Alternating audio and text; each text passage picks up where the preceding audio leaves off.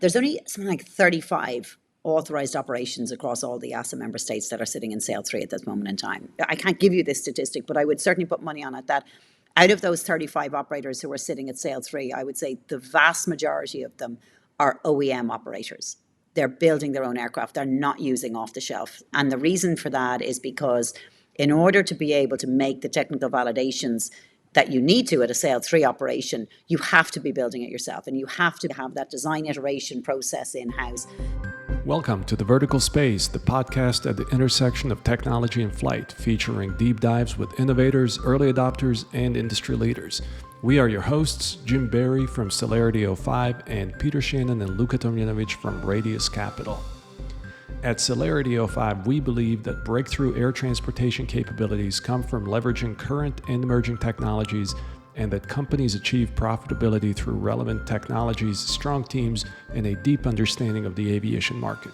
Connect with global aviation experts at celerity05.com for feedback and recommendations to chart your path to success. At Radius Capital, we invest in early-stage deep tech that redefines what is possible in aerospace.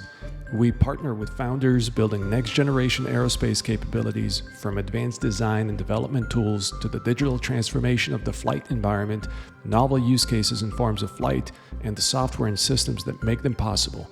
If this describes you, reach out. We're excited to connect. All right, let's dive in. Hey, welcome back, everyone. In today's episode, we're diving into the drone business and regulations in Europe, and we're joined by one of the most respected voices in the field, Julie Garland. We talked to Julie about the evolution of drone regulations across Europe, how the rules are changing, and what it takes to build a successful drone business in today's landscape. Julie is the founder and CEO of Avtrain, one of Europe's leading drone training and consultancy organizations. She brings a uniquely broad background to the industry. She's a former airline training captain, aircraft maintenance engineer, and barrister at law. She's also a fellow of the Royal Aeronautical Society, president of the Joint European Drone Association, and vice chair of the JARUS Industry Stakeholders Body Steering Committee. Avtrain's mission is simple and powerful: to enable prolific drone operations while keeping the skies safe, with rigorous standards in training, certification, and regulatory compliance. Their motto: if it's dull, dirty, or dangerous, a drone should be doing it. All right, let's get into it. This episode of the Vertical Space podcast is brought to you by UAvionics. UAvionics is the leader in low size, weight, and power certified avionics for manned, unmanned, and advanced air mobility aircraft. Let UAvionics help you achieve your goals, whether that be type certification, airspace access, or beyond visual line of sight operations. UAvionics has certified and certifiable communications, navigation, and surveillance avionics for your aircraft. So head over to uavionics.com or Google it to see how you can start flying safer and move your platform forward into shared airspace.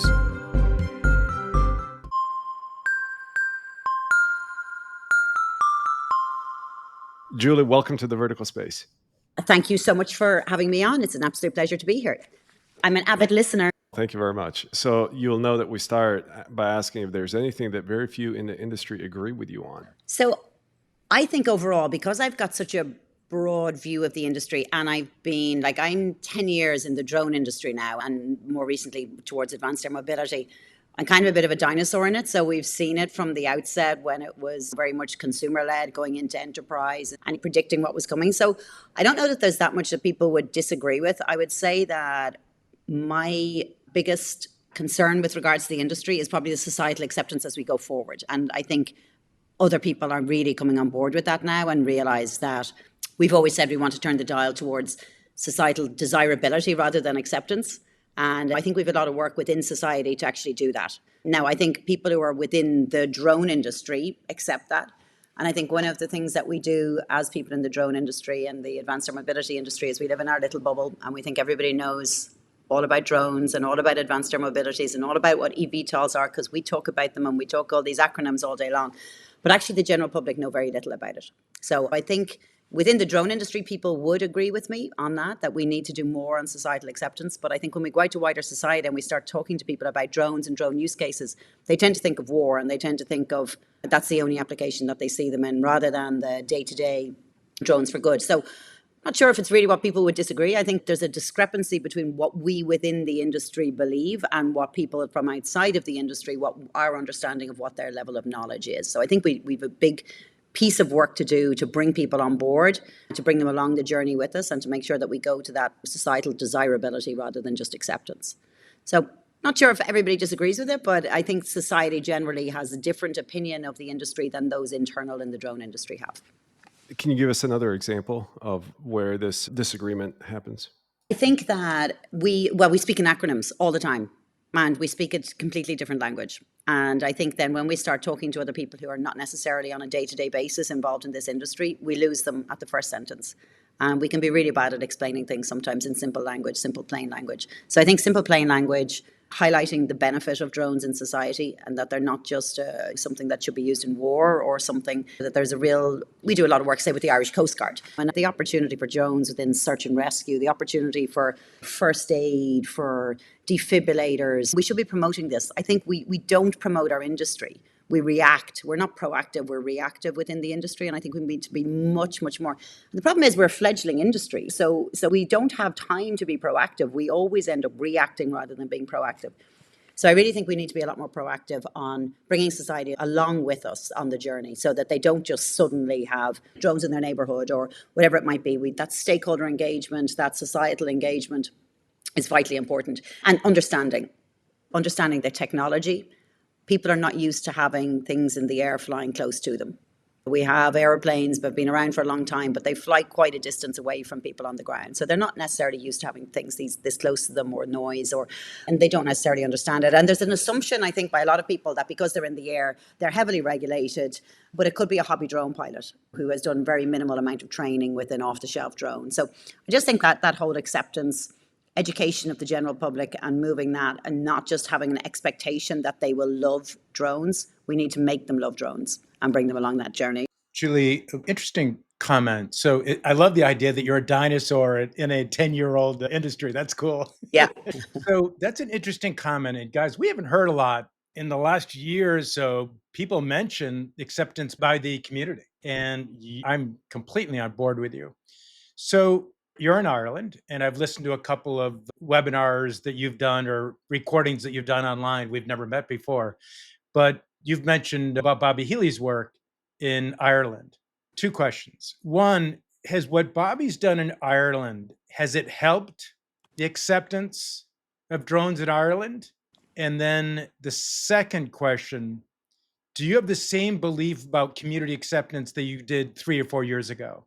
So both really good questions. Bobby, yep, I'm a big fan. And Bobby, I think, has done more single-handedly, not just in Ireland, but across Europe, for pushing the drone industry forward. And it's what it is. It's about normalizing drones into day-to-day life. And that, if we're going to end up with societal desirability, we have to do that. We have to normalize that this is a normal thing that goes on outside your door, your next door neighbor having their coffee delivered by a drone. That's the normalization. And I think Bobby has gone. There's two areas where I would say Bobby has really excelled in this. One is the normalization, and the other one is in the regulatory realm of pushing things forward. They hold an LUC, which is this light unmanned aircraft systems operator certification, which means they have a full-on safety management system, compliance system.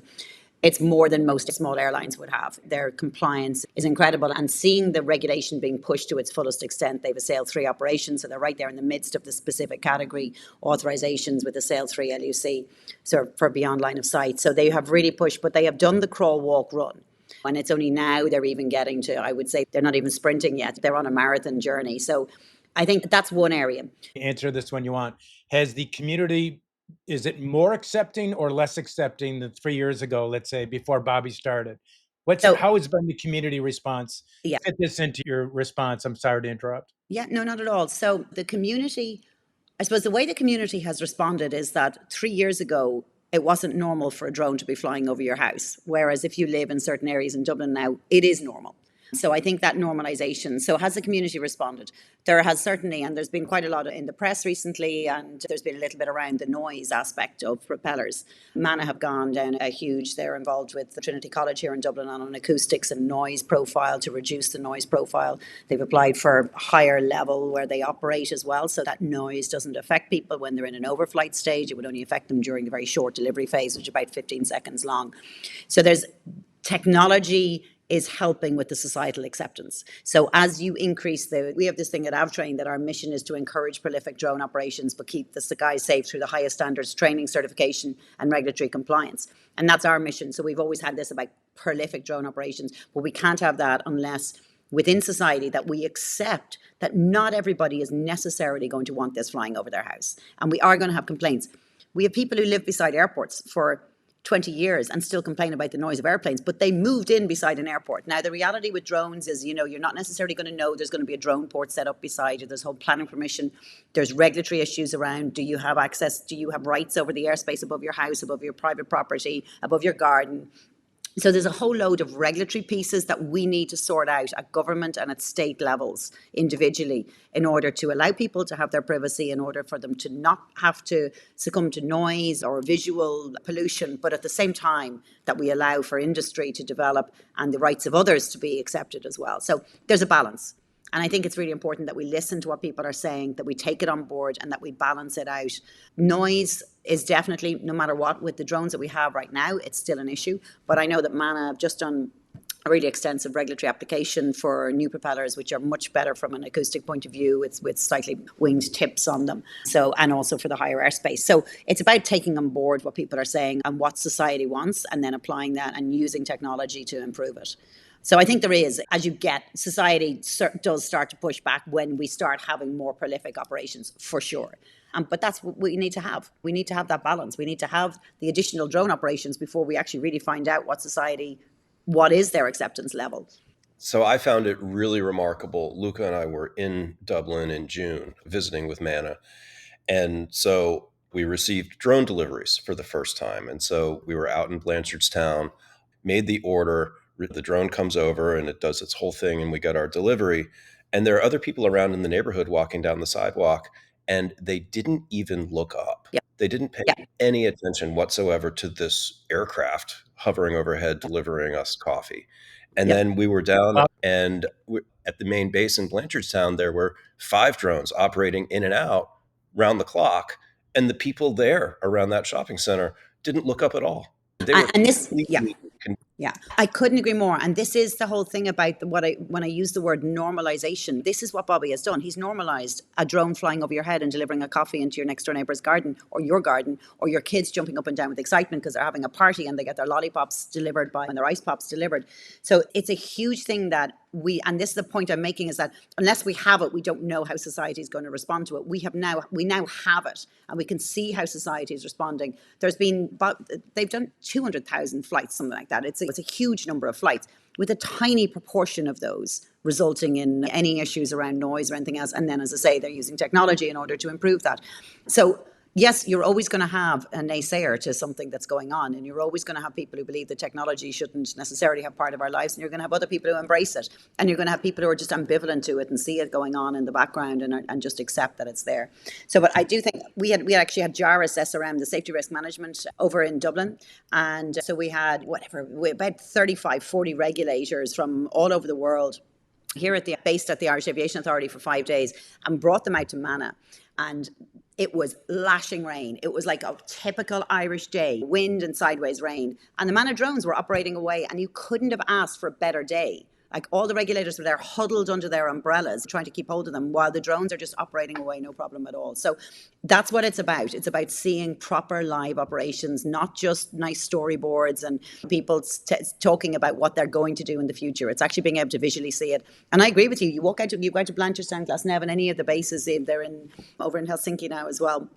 And people, it just normalizes it. It becomes normal. It's everyday life. Yeah, and the thing for me is that all of us have these rather academic sort of conversations. A lot of us who listen to this podcast and who are in the drone industry about noise and about, will drones be accepted in these communities?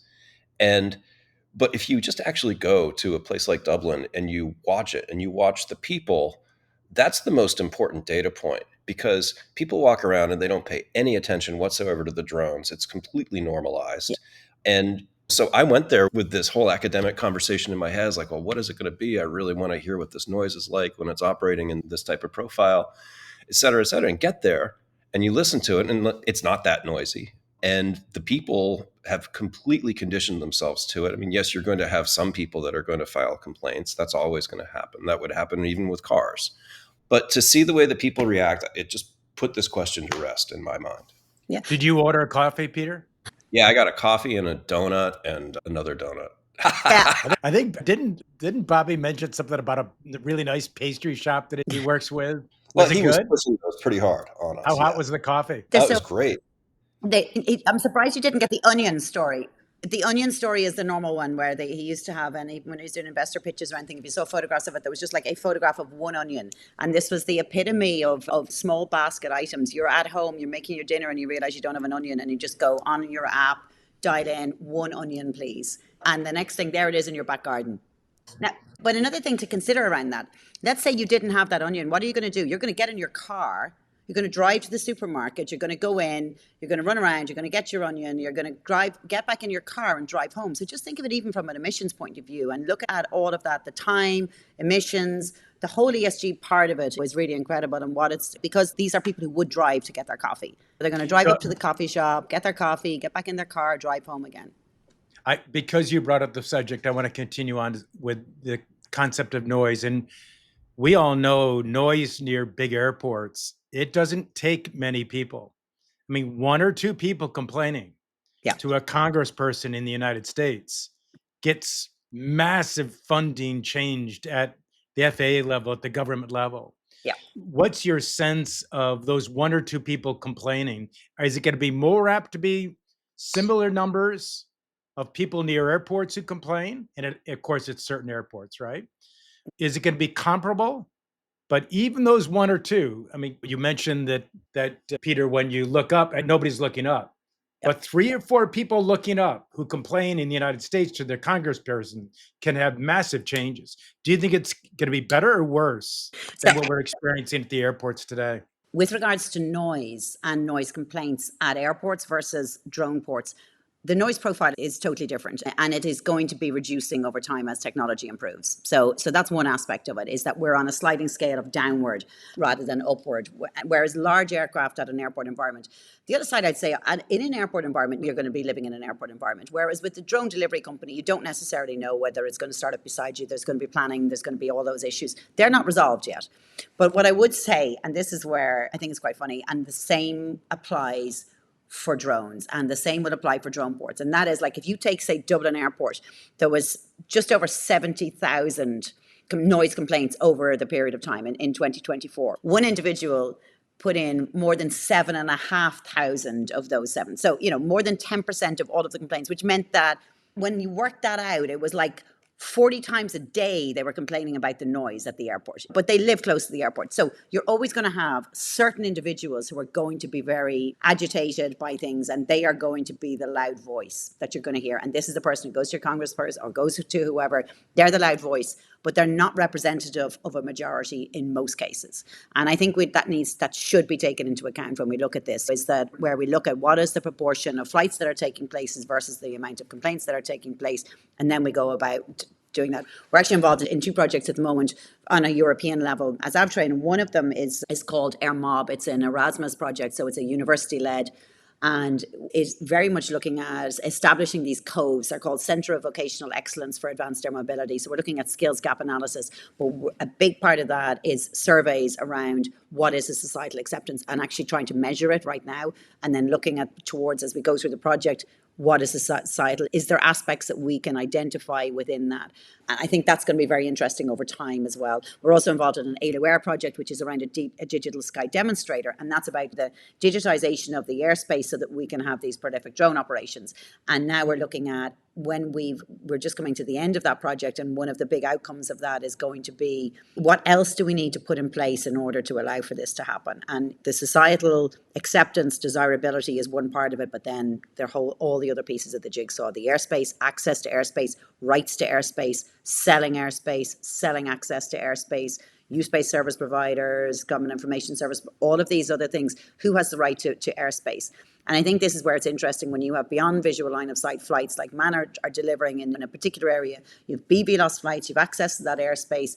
who owns the airspace, who has access to it, can you give preference to one commercial operator over another? And you can't. And we have to apply those basic principles from an aviation point of view of not giving rights to airspace to commercial operators versus somebody else who may want access to that airspace, and making sure that we take a balanced, proportional approach to it. So I think there's a whole other raft of issues there from a commercialization aspect and the commercialization of our airspace and how we go about doing that into the future as well.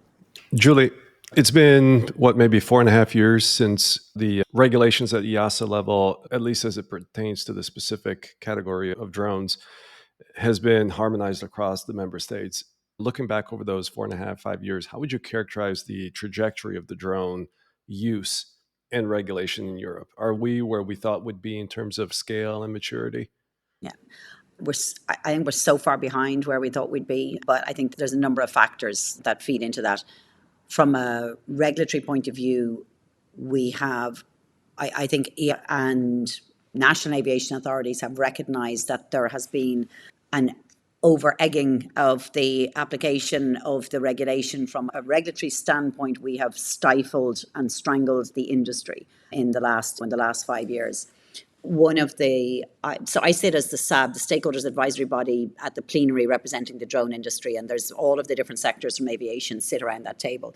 And there's a huge project going on about the simplification of the regulations, because we find ourselves in a quagmire. Now, that's all of the regulatory environment. So every aspect of it, whether it's airports, airlines, maintenance, all of them they're looking at. We've just ended up adding more and more layers of regulation in, rather than going back to basics and actually stripping out what do we need, what don't we need.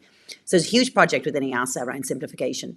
But the drone sector has really latched onto this, and they've already started running workshops. So I sat at EASA for 3 days last week at a simplification workshop where we're looking at the industry participation in what are the areas, the low risk, so open category and Sale 1 and Sale 2 operations in the specific category. Can we have predefined risk assessments? Can we look towards introducing more standard scenarios? How do we take the National Aviation Authority oversight of those really low risk operations and allow operators to be based around a much more declaratory approach? We have proven that we're safe. We've proven over the last 5 years, we haven't had anything like the number of flyaways, the number of incidents, accidents, occurrences, anything else. They're not there. They haven't happened. So therefore, it's obvious within the regulation, where we looked at the rate of failures that would be allowable within the regulation based on the sale levels, they have never occurred.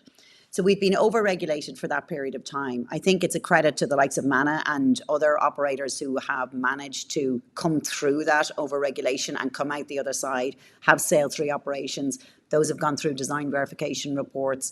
But I think the whole move now is for simplification of the regulations. We don't need to have the regulator involved at every single step of the way. We can be trusted as operators to have some more oversight from an industry perspective of ourselves. We've proven that we're trustworthy. We've proven that we are safe. And we've proven that the regulations as we have it now are over complex for the types of operations that have been visited. So it has stifled the industry over the last 5 years. When you translate this to some specific examples, I'm curious to learn more your thoughts on really what the root causes are of this over-egging, as you call it, because there have been pretty fine risk assessments before. There have been standard scenarios, and yet we're still talking about this phenomenon. So what really, if you peel that onion, what's at the core? Yeah, so the implementation dates of the regulation, I think that it just screwed us from the start, because what we ended up with was a lack of harmonization across member states. We had member states, when the EASA regulations were published, member states were allowed to put in national standard scenarios. And they often closely mirrored, but weren't the actual standard scenarios that EASA had published. So the pilots who underwent those didn't do STS training. They did a national certificate, and that's all they have. And at the end of this year, all of that disappears, and they have to conform with the EASA standards because of the implementation dates as they run. The end of this year now, they all have to conform. And with something like 60,000 pilots in France who hold national standard scenario certificates, how on earth are they all going to be processed between now and the end of December to actually transform those into EASA certificates? So I think that is one area where nobody envisaged what a logjam we actually created for ourselves, where operators now suddenly have to go through. So operators have been trying to normalize themselves into the EASA realm, so they've started using SORA risk assessments. On that basis, PDRAs, predefined risk assessments, were never taken up the way they should have been because of these national standard scenarios. Operators who weren't planning on operating anywhere else other than within their own jurisdiction didn't bother going down an STS route or a PDRA route. They just went down the national standard scenario route. But how does that explain the lack of adoption at the national level? Yeah, because the PDRA, they went for a national standard scenario rather than a PDRA. And if they had a PDRA, they wouldn't have this. They had to have an operations manual for a PDRA, whereas under a national standard scenario, it was often a declaratory approach, whereas for an actual EASA PDRA application, they had to actually submit their operations manual to the regulator, and the regulator then had to review it. And but within the four walls of a national aviation authority, that could have been mitigated with the adoption of national rules, right? So there's got to be something else there as well, right? Because otherwise we'd have flourishing drone ecosystems in each individual member state. Yeah, resources not necessarily harmonized across the EU, but there would still be there pockets of these operations, right? Yeah, resources within the NAAs. So what ended up, so we didn't have the resources within the NAAs to even deal with these. We had no digitized systems, we had no resources within NAAs, and we had a lack of expertise as well, and a lack of risk appetite towards even on the national standard scenario basis. So we had regulators who were not necessarily not willing to accept a declaratory approach, but who wanted to dig into the weeds of every operation, but didn't have the time, the energy, or the expertise internally within the NAAs. And also there's a huge cost involved in this. When you look at a National Aviation Authority applying the resources, we have over 2 million registered operators in EASA now. And every one of those has had to go through a process of registration, whether that, a lot of cases now that's digital, but it wasn't when we started off.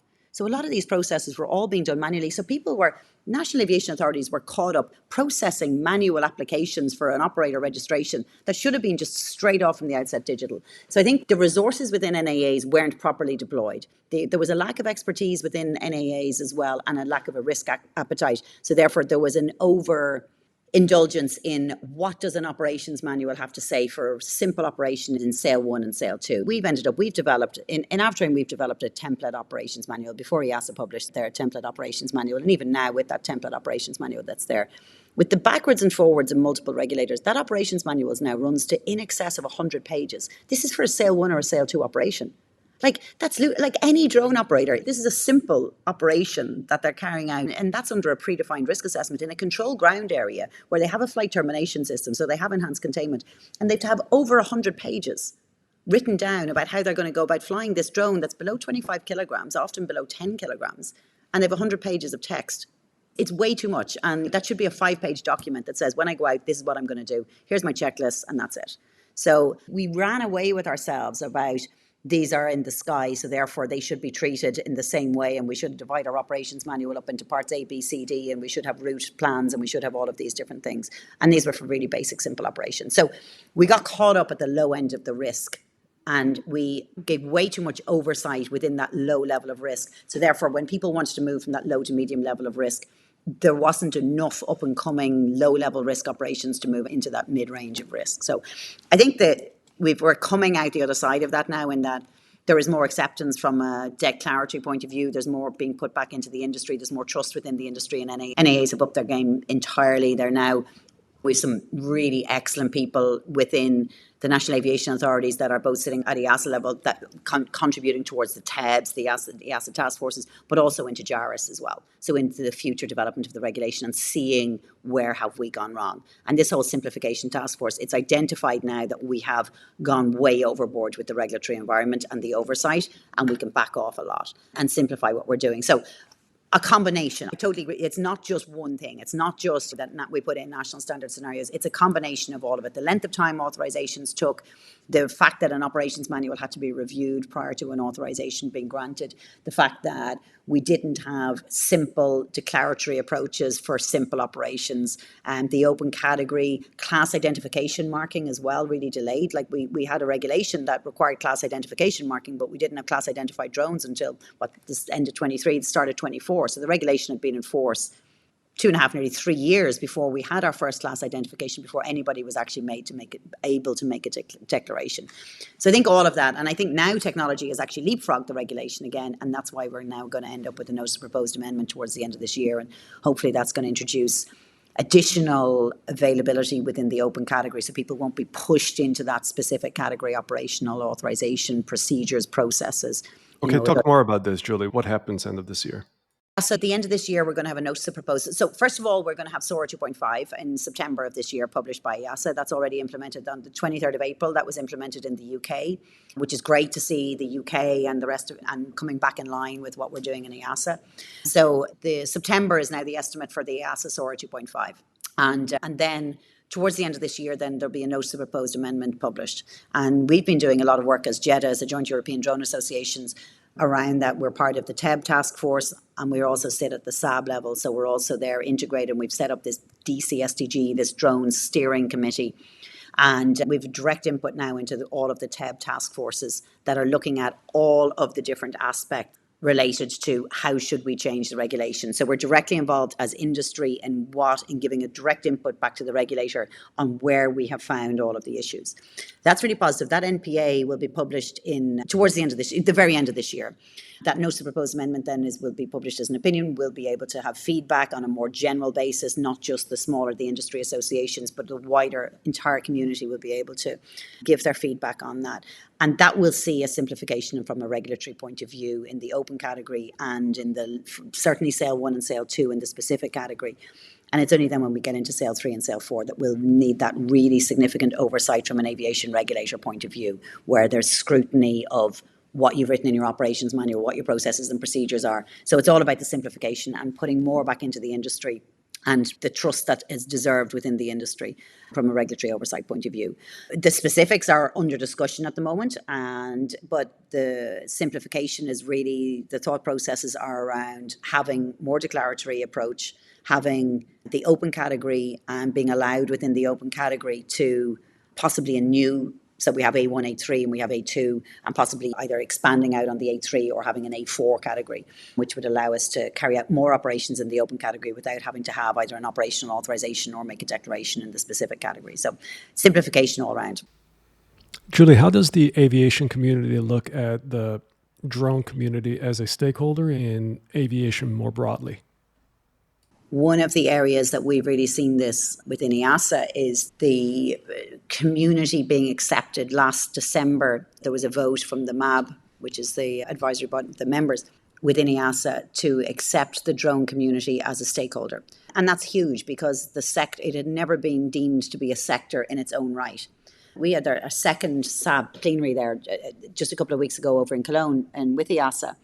And one of the things that was striking was when you talk to the other sectors, so you're talking about sitting around the table, you've got airlines, airline representative associations, you've got airports, you've got airspace service providers, you've got cabin crew, you've got maintenance, you've got training organizations, you've got general aviation, you've got rotorcraft community, you have all of these stakeholders sitting around the table.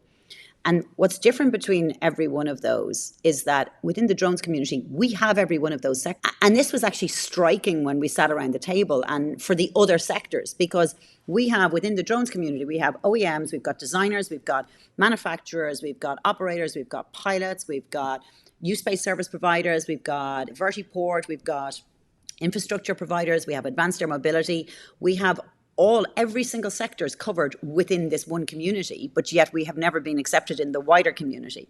So I think that was one of the really striking things that I saw from the stakeholders advisory body. And Julie, what meaningful difference does that mean to your community? Well, I think you're now being accepted. Yeah, I think it's acceptance at the other levels that number one, that we're stakeholders within the aviation community, that we're not just the drone community who are those annoying people over there who are trying to interfere with what we want to do every day. So I think it's that really moving on from an acceptance point of view, that it's not just about the public acceptance, it's also within our own community and within the own aviation community, that we are a stakeholder. We need access to airspace the same way as everybody else does. We need infrastructure, we need support, we need funding, we need all of these different realms that the other traditional crewed sectors have had for years. And we need a voice, and we need to be listened to as well from a regulatory perspective. So To me, it's a huge jump forward from an industry perspective, that we're recognized as a stakeholder, but that we're sitting around the table. And what we have to make sure as well is now that our voice is heard, but our voice is heard at that and in the proper way as well within those communities, and that we carry on being that professionals, that we've demonstrated how professional we are, and that we carry on doing that. So I think it's been really important for the community that we are now accepted, and that we carry on, with our voice being heard. But it's about integrating with those other communities as well. When we look at the crossover between the specific category into the certified category, like, where is that line? Is it just a person on board? Is it dangerous goods? Is it large aircraft? Where the line is quite blurred between SAIL 5, SAIL 6 and certified category, and where that line's drawn. So you have the rotorcraft community, you've got the general aviation community, you have airlines, you have freight operators, you have all these people really interested in where that line is, but nobody's actually drawn it really in the sand. So I think that's another way that the integration with those other communities, we can really start from an industry perspective of actually defining where those boundaries and where those lines are. When is it general aviation? When is it rotorcraft community? When is it drone community? When is it advanced air mobility? So I think these are questions rather than answers, but at least we're at the table. And I think that's what's critically important, is that we're at the table as a recognized stakeholder. Julie, many in the industry feel this is a once in a generation moment to shape the future of the regulatory framework. Where is that influence being effectively exercised? Where is it being squandered? I think within JARS, and the influence that within JARS that we can have on the future of the regulatory environment that we live in is critically important, where there's that balance between regulators and industry moving forward. Where it's being squandered is that, and I don't know, I wouldn't necessarily use the word squandered. What I would say is that as regulators and as industry, our time and our resources are massively limited. And we need to have a positive impact, but at the same time, we can't spend all of our time sitting around tables repeating the same thing over and over again. So we need to be listened to. When we speak up, we need to be listened to.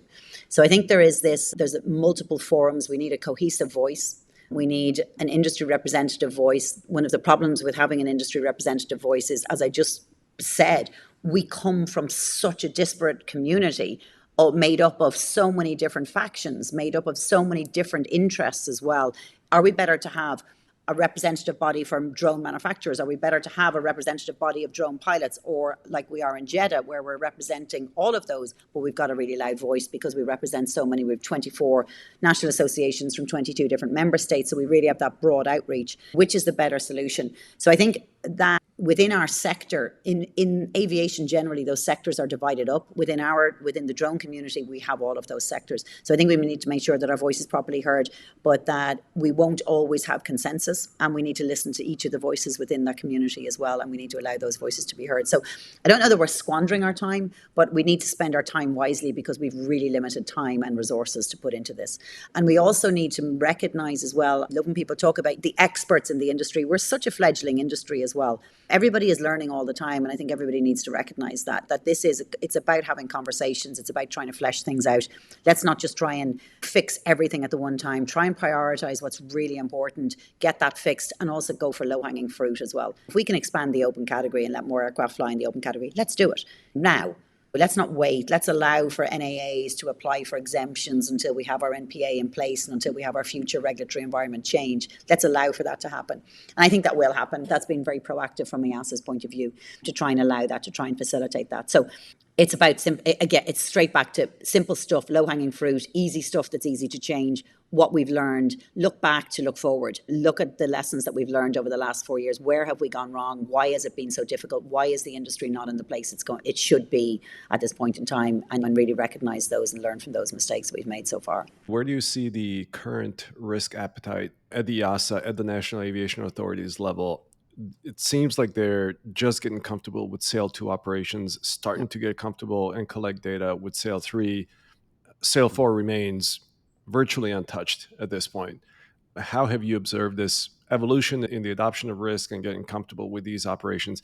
And maybe even before you dive deep, for the benefit of the audience, just at a high level, what these SAIL levels represent.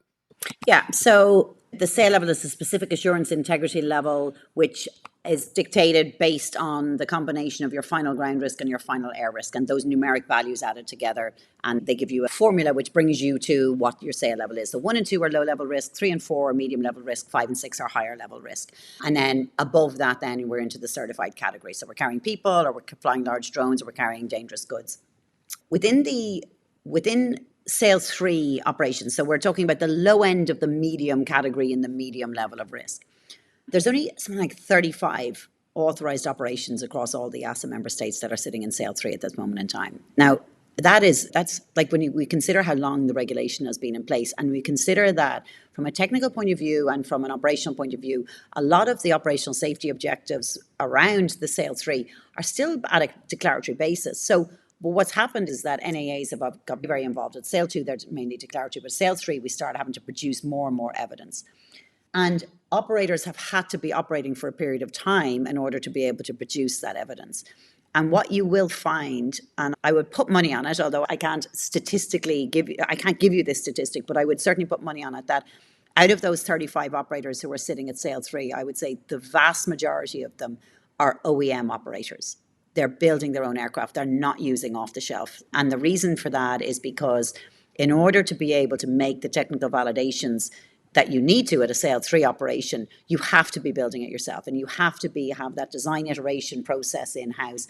So you have to be able to do all of that. That's really hard. Now if we look at within that whole, what we're talking about, the SAB, you're building your aircraft, you're designing your aircraft, you're manufacturing your aircraft, you've got all the responsibilities for doing all that. You're operating them, you're training pilots, you're trying to look at your business profile and your expansion, and you're trying to do all of those things within a relatively small company. And that's a lot for one company and one person. And you're providing the infrastructure, and you're providing having to work out how you get access to the airspace. So you're doing all of these things as one single entity, whereas in aviation, we've always done them across multiple different sectors. That's one thing in the sale 3. In the sale 4, my understanding is there's 0 still. I don't believe there's any sale 4 operation that's been certified.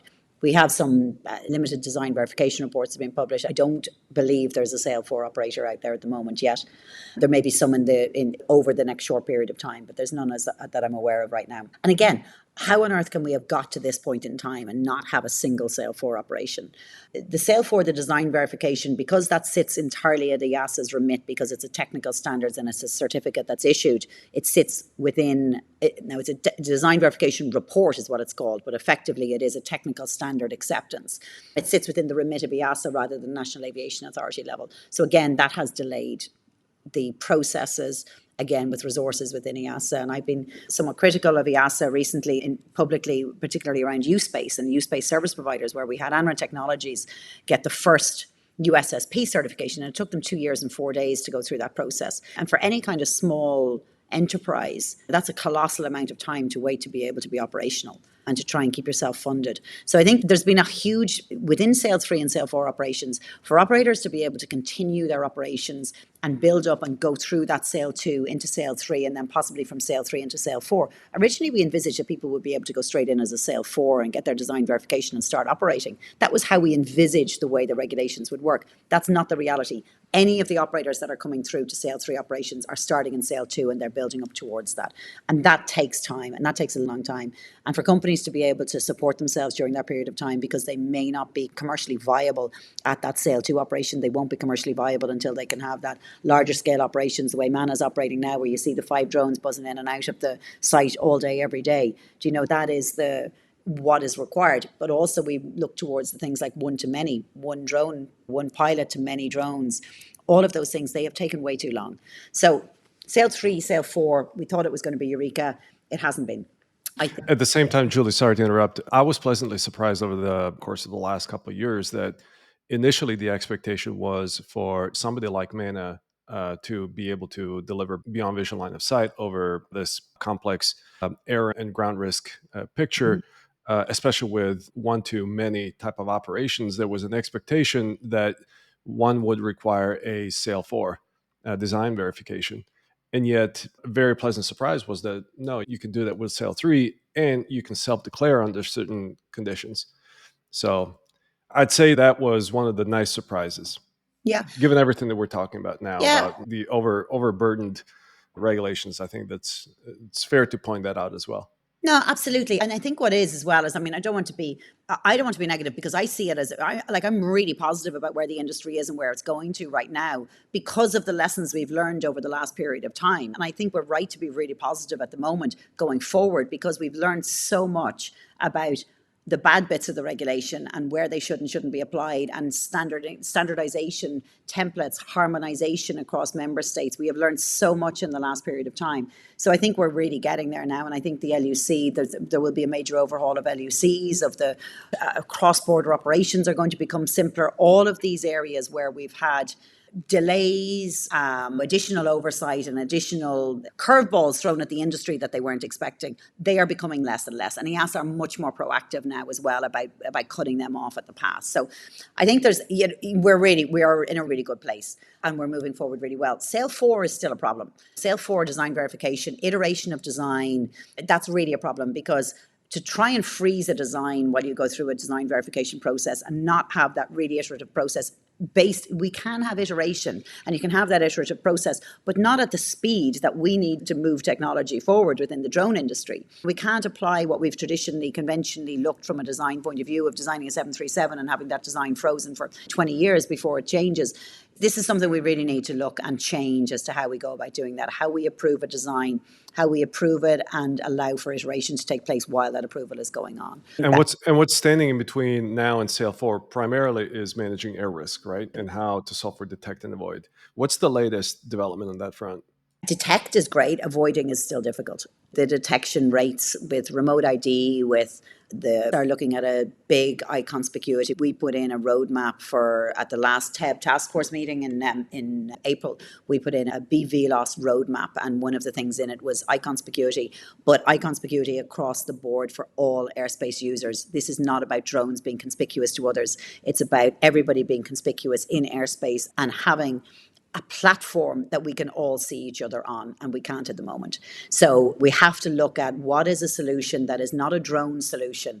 It's a solution for airspace users.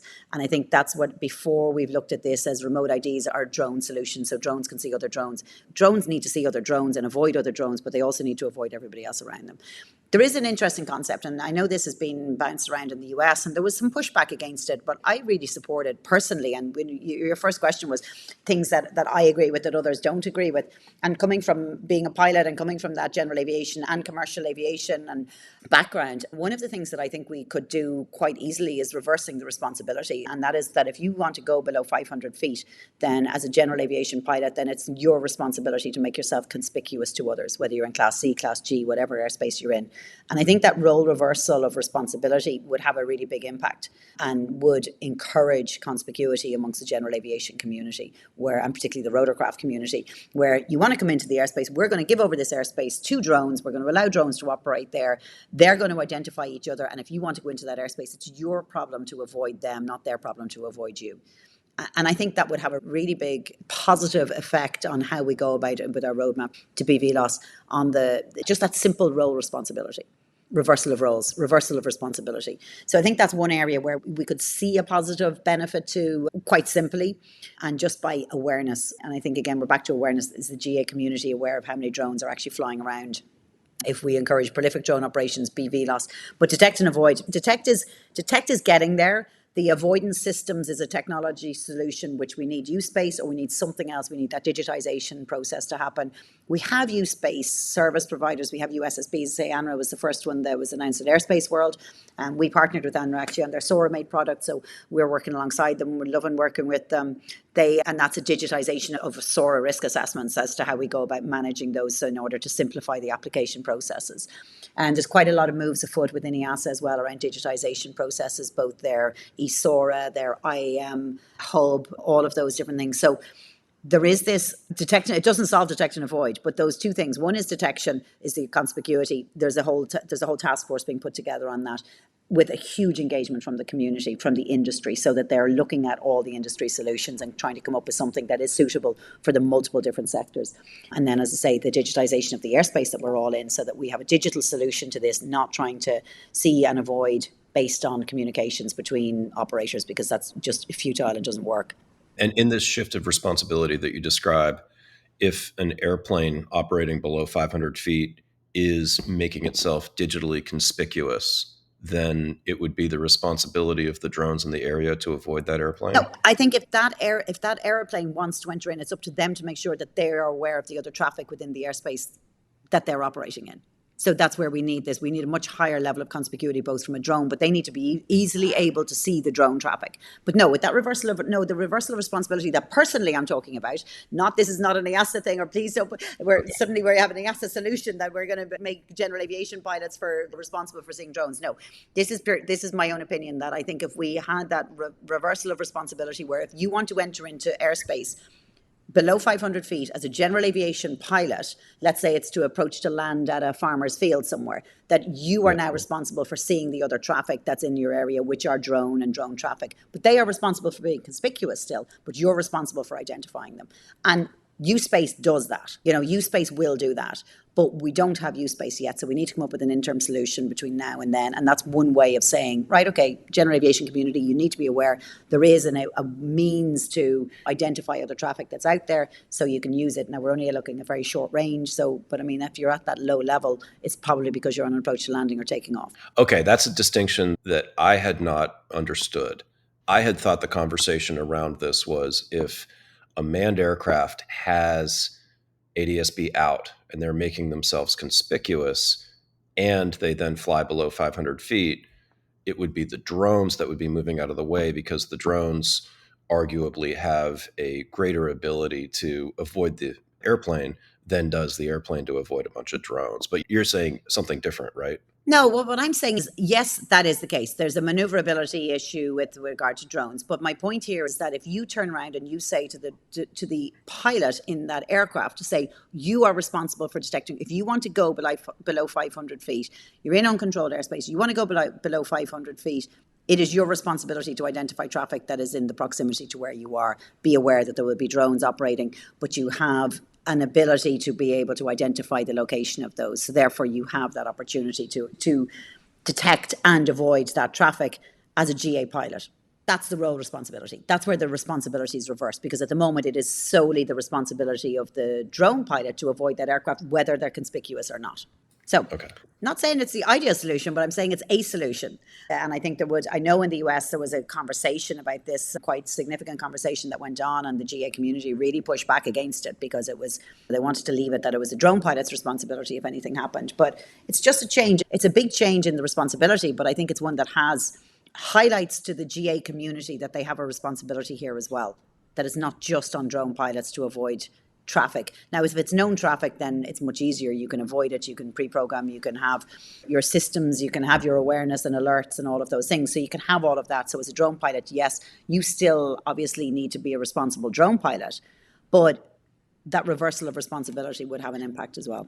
So when we think about how drone operations are going to scale out across geographies, because we have drone inspections operating in certain areas, we have drone deliveries operating in certain cities, and as they're being proven out, in the midst of all of this, there is this huge latent demand from communities all around the rest of the world that are asking, when is this coming to me? When am I going to start to benefit from these services?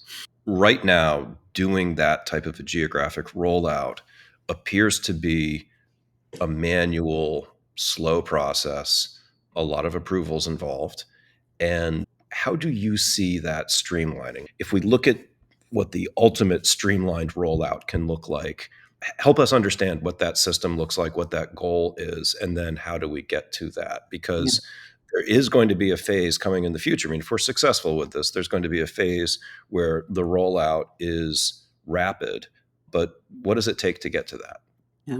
I think there's a couple of different, starting at quite a high level. I think there's the regulatory environment from a global perspective. If we have an EASA regulation, that's great. We've got our member states that we can move from one state to the other. And even within that, we find sometimes a lack of harmonization. When we go on to a more global scale, that regulatory harmonization, I know from a product point of view that certainly at the moment that EASA, it was with the FAA, they're not necessarily as involved as they were. Transport Canada, Brazil, and I believe that Australia and New Zealand and the UK are also going to get involved. And that's about product standards and acceptable product standards. I'm trying to come to some kind of environment where products are accepted from one jurisdiction to another. So that's really important, because at the moment you go through your process in EASA and you get your DVR, but your DVR is only valid in EASA. Now, it's going to be recognized by some other jurisdictions, but it's not necessarily going to be. It may be just that the flight testing that you carried out to get that DVR may be accepted, and now you have to go through a process in another jurisdiction in order to get a special C of A or whatever it might be, or a permit or something like that. So this product standards, I think, is one that's really critical, is that your product, you've developed a product, you've tested it, you've tried, you have some level of, whether it's a SAIL 3 and you've been validated as an operational authorization within SAIL 3, or you have a DVR in SAIL 4, or some level of certification in SAIL 5 and SAIL 6, that product standard needs to be accepted in other jurisdictions. You can't keep going through this process over and over again in every jurisdiction that you go into, because it's just too costly and too time consuming. So that's one, is the harmonization from a product standards point of view. The other one is the acceptance of authorization. Same thing really, is down to harmonization. I think one of the biggest blockers has actually been the repeatability in manufacturing as well. When we look at the standards within aviation that we require in order to have that repeatability, when we're looking at producing these drones, and most of them are being made in workshops, and they're being built by hand by people in workshops. They're not coming off massive production lines.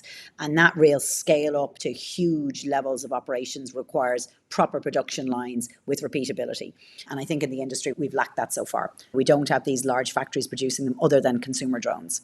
For enterprise drones, some manufacturers out there, yes, they are. For what we've been referring to here, which are, say, the SAIL 3 operators, where we're looking at, they're manufacturing their own drones. They don't have that. And if you talk to Bobby, you talk to Manna, he's like, I don't want to build drones. I don't want to manufacture drones. I'd love somebody to walk in here and we say, here's our design. Now go build us 100,000 of them. And that they would go off and do that. But you have to have that quality mark over your own processes as a SAIL 3 operator. You have to have that, and you have to be keeping some of that in-house.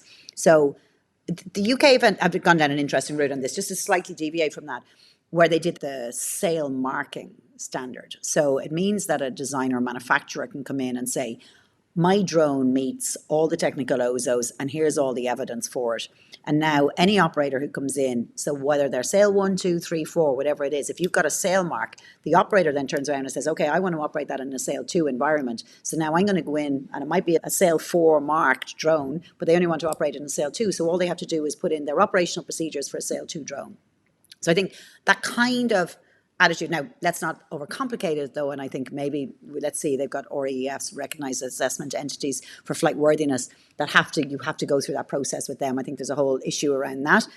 But from a regulator point of view, if you've got manufacturers who can come in and say, my drone meets a certain standard, here's all my technical documentation, and that it's validated once at one level, and then operators can take that information and use it. But if an operator is required to do that, they can't use anything that's off the shelf, because they don't have that data and they don't have that information. So I think that has prevented scalability as well. That's prevented people being able to use off-the-shelf drones that are easily, widely available in vast amounts, to actually use them in a scalable environment. So everybody's had to manufacture their own.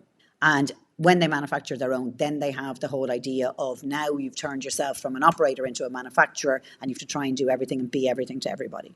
So I think that's where the scalability has really fallen down. And then, as I say, product acceptance and harmonization over multiple jurisdictions. Julie, what about the use cases? What use cases do you see scaling in the next 12 months or so? And also, as a side note, do you have any statistics about the 35 SAIL 3 operators? What use cases are comprised in that number? I don't. Or a guess? I don't, but I would say that out of the 35, I would say that there would be two that would stand out that as use cases. One is delivery operations over populated areas, the Mannas, and the other one is mapping, survey mapping, in infrastructure, kind of drone in a box. Now, the drone in the box are still at SAIL 2 in a lot of situations, but when those drone in a box coming closer to populated environments are starting to push up into the SAIL 3 operations. So I'd say they're the use cases. I think there's a bit of a crossover there about the 35 SAIL 3s and where the scale is going to come in the next 12 months. I think they're all very similar. I think infrastructure inspections is one of the biggest areas of growth that I see at the moment. Governments and government agencies going, hold on a second, we send somebody out to visually look at this piece of railway track once every year, and we could have a drone sitting in a box beside it that pops up out when there's no trains coming, flies up along it, takes a look at it. We could have a centralized location basis. So I think they're the use cases that we're really going to see over the next 12 months. I think drone delivery is definitely without doubt, is the scalability we have. Manna have been out there now with their expansion plans. They've been very forthright about their expansion plans. We have Wing is there as well. We've got Amazon. We've got some really big players in the market as well with a lot of money behind them. So I think the drone delivery, for sure, we're going to see that really expanding dramatically. But infrastructure and infrastructure inspections where we can take humans out of the loop. We have this at Avtrain, we have the 3Ds. If it's dull, if it's dirty, or if it's dangerous, then a drone should be doing it. And I think there's a huge amount of acceptance now within society where a lot of, particularly local agencies, government agency, blue light services, infrastructure inspections, just see this as going, drones are there, that we should be using them far more. Cost is a huge factor in that as well. I'm so glad we got to the use cases. What's your perception of the value of the drones today versus what was perceived to be 5 years ago? Yeah, so again, we're back to dull, dirty, dangerous, and the cost. They would be the things we did actually. We wrote the report for Dublin City Council for their drone and advanced air mobility strategy for the next 5 years. We wrote it in 2024 for them. And we looked at this quite closely. And one of the things we did was there was a derelict building. And we looked at what would have the cost have been. It was a derelict building that was the responsibility of the local council. And we looked at what would the cost have been in order for them to go in from a time, resources, and danger to personnel to go in, because they would have had to have stabilized the building before they could send anybody in. But to stabilize the building, they would have to send people in. So, and they would also have to shut off roads. There was a problem with the roof in the building. And we looked at the days and the man hours that would be involved in doing that. And then we looked at, hang on, you can actually just send a drone in and do an entire survey in one day. And that, from a protection of personnel, from the cost implication, the ease of access, the ease of use, and reducing that danger element, that human element that you're taking out of it, it's just, there's no value that you can put on that. You're not putting people at risk. And the other place that I would say that where that really comes in is in humanitarian. And we've done some work around with the United Nations World Food Programme. We've written SORAs for remote areas, remote environments and disaster zones, for planned, known flooding environments and things like that. And the acceptance there of risk versus the benefit for good. There's much more of an appetite, particularly for larger aircraft carrying larger payloads.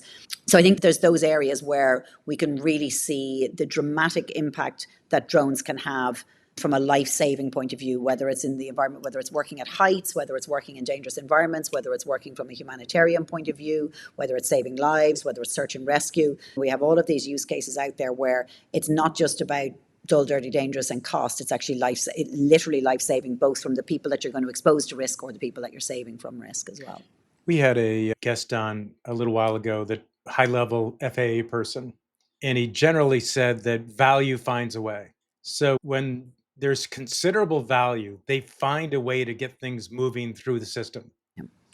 Could one argue that there's, with some of the regulatory delays or things not moving the way you would like, is there a chance that there's a perception that the value received from the drones isn't great enough for the risk involved in the regulatory process?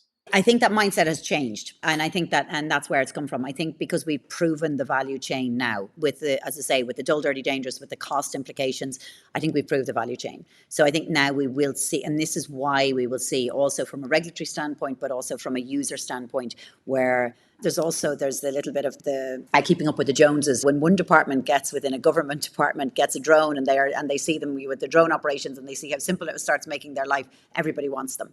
And I think the application across blue light services is just endless. So yeah, I think it's a case of see it and be it. And we've shown and we've demonstrated the industry over the last period of time that we're safe, but that the use cases that are out there and that are available are endless and only limited by our own imaginations. So I think that whole thing of proving out our value, we've done it. And I think that's what's really the positive part of the industry now moving forward, is we've proven the value of them.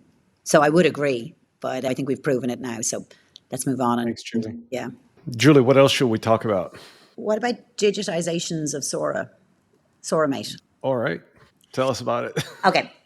So I mentioned that Avtrain partnered with Manna Technologies, and a big part of that was around what we've seen over the period of time where we've had so much.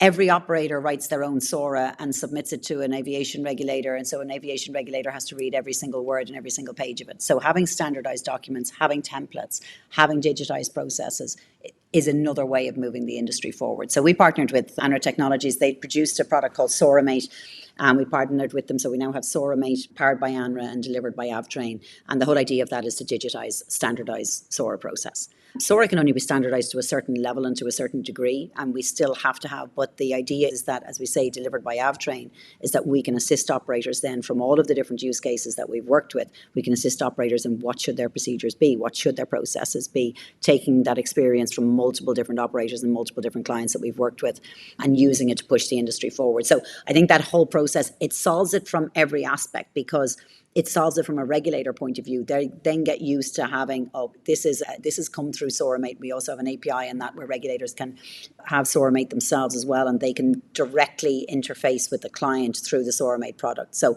this is the way forward, is the digitization of SORA processes and the digitization of applications, whether it's for predefined risk assessments, standard scenario declarations, or for SORA. I do think the digitization of all of those processes, standardized templates.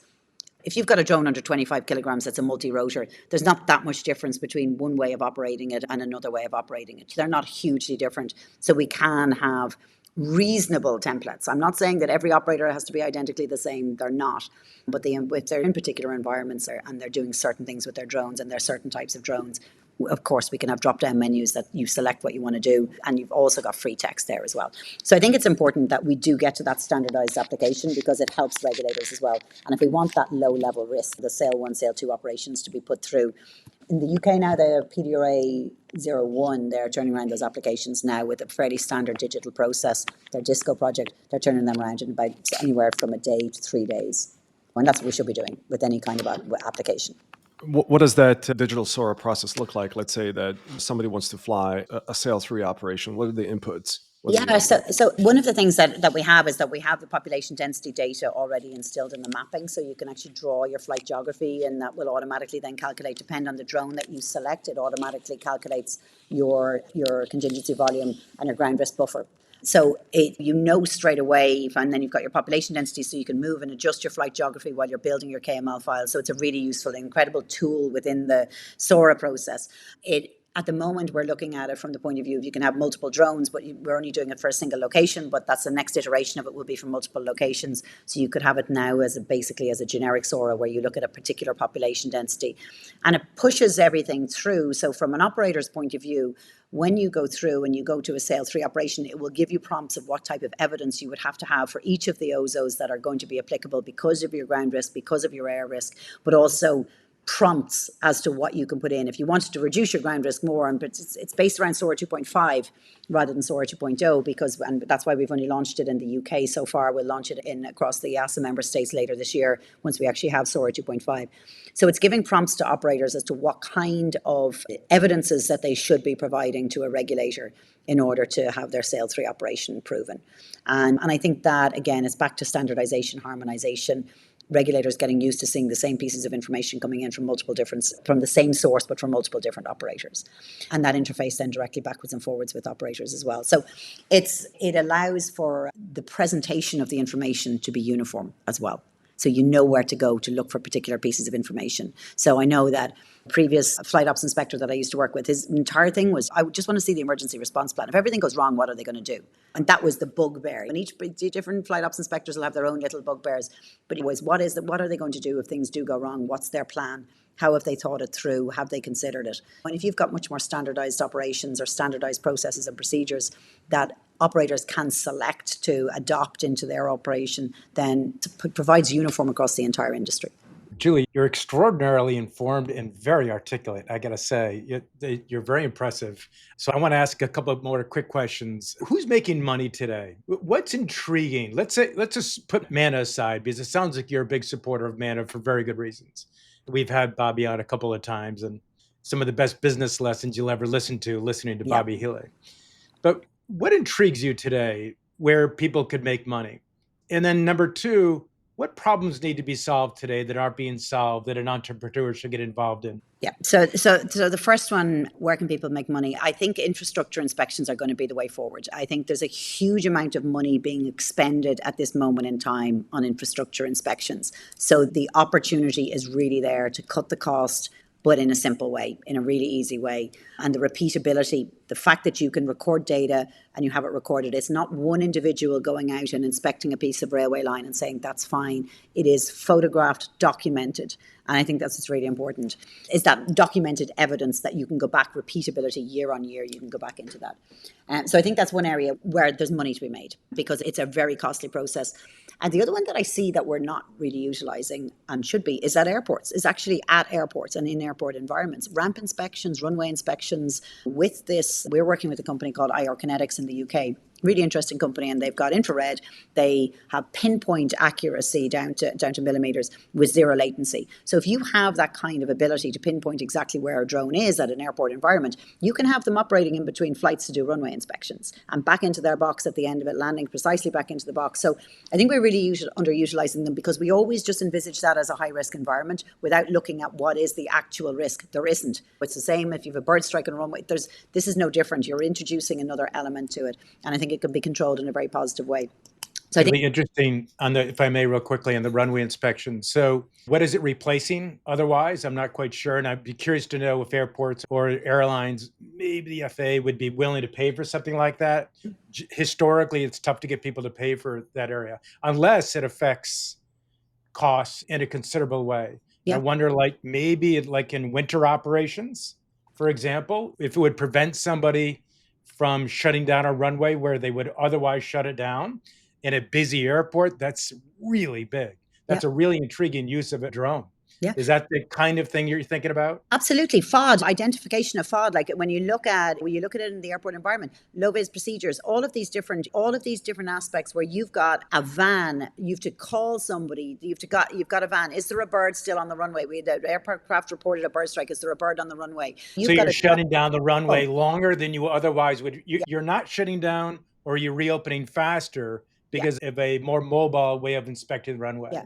And also even just PCN numbers, all the ramp inspections that have to be carried out, any kind of annually, you have to have inspections of the runway, inspections of the tire, the rubber depth on the touchdown point. All of these things could all be done by drone, whereas now you get these massive civil engineering works in to start doing this, and you're shutting down the runway for extensive periods of time, or overnight, or you have them operating at night and the cost involved in that, whereas you could be analyzing that permanently all the time with drones. So I think they're use cases where there's a lot of benefit to be seen, and from a cost point of view are huge cost tickets.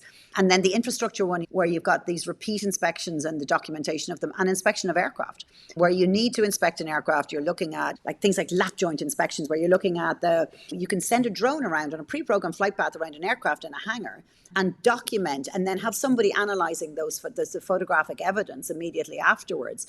And you have it documented. That was what it looked like in 2024. What does it look like now in 2025? What's the deterioration year on year? You can have an exact comparison of photographs backwards and forwards for every different centimeter of that aircraft. So I think aircraft inspection is another area as well. So within the aviation realm and within the aviation industry, we're completely utilizing another sector within the aviation industry. What was it like flying a Spitfire? I loved it. It was so much fun. Best ever. Just really quickly, tell the story, because I think you said your father, somewhere I listened to this, your grandfather flew the Spitfire for the Royal Air Force? Yeah. So my grandfather flew the Spitfire a long time ago, just at the end of the Second World War. And he had me in a flight simulator when I was 8 years of age. And then when I became a pilot, I had my instructor's rating, and I actually got to take him up flying in a small aircraft. And we were facilitated actually doing a touch and go at Dublin Airport. So he came in, but I'm like, okay, you have control. And it was like he hadn't flown in any airplane at that point in time for 30 years. And it was like riding a bike. It was so incredible and impressive. But for his 90th birthday, so I got to fly the Spitfire from it was John Romaine from Aircraft Restoration Company and the Spitfire, and it was the original Irish Air Corps Spitfire 161, and it had been restored back into the Irish Air Corps colours, and it was here for the Bray Air Show. And John Romaine, who we did a lot of work, I flew a Grumman Goose as well, and John Romaine had restored the Grumman Goose for us. So when he landed into Western Airport, we'd brought the airplane in and we'd wrapped it in cotton wool in the hangar, and we'd minded it and petted it each morning and made sure it was okay. And then when I was heading back to Duxford, he's like, do you want to hop in for the ride? I'm like, yep, I've got my passport in my pocket, bye everybody. And it was like literally jumped in, and we did a little small display over an air-to-air. It was my only centerfold. We got Flying in Ireland, got the center page in Flying in Ireland, where we did an air-to-air photography, and then we flew to Duxford, had so much fun, and the smell, the noise, it's just something that it's such an experience. But my grandfather then, we got him for his 90th birthday, we bought him a present of a flight in a Spitfire, and he went up in a Spitfire. He was actually 92 when he actually went up, and they did a full aerobatic display with him in the back of the Spitfire. So we have some really incredible photographs of him inverted in the Spitfire and with the biggest smile on his face you can possibly imagine. Isn't that great? That's cool. Yeah, fantastic. But also the Grumman Goose is their second favorite airplane. So the float planes are the other love and passion as well. The mixture of airplanes and water, you can't beat it. What a great way to wrap up this conversation. This was phenomenal. Thank you very much, Julie. Absolute pleasure. Really enjoyed it. All right, that's a wrap for today. Thank you for listening to the Vertical Space podcast. Reach out if there are topics that you would like us to discuss, and goodbye until the next episode. Unless mentioned, this podcast is in no way endorsing or promoting any person and or company mentioned, and all opinions within the podcast are solely that of the presenters. The Vertical Space makes no guarantees, warranty, or representation of any information given in this podcast. Any information given is for informational purposes and should be used at your own risk. This podcast is for general, educational, and entertainment purposes only.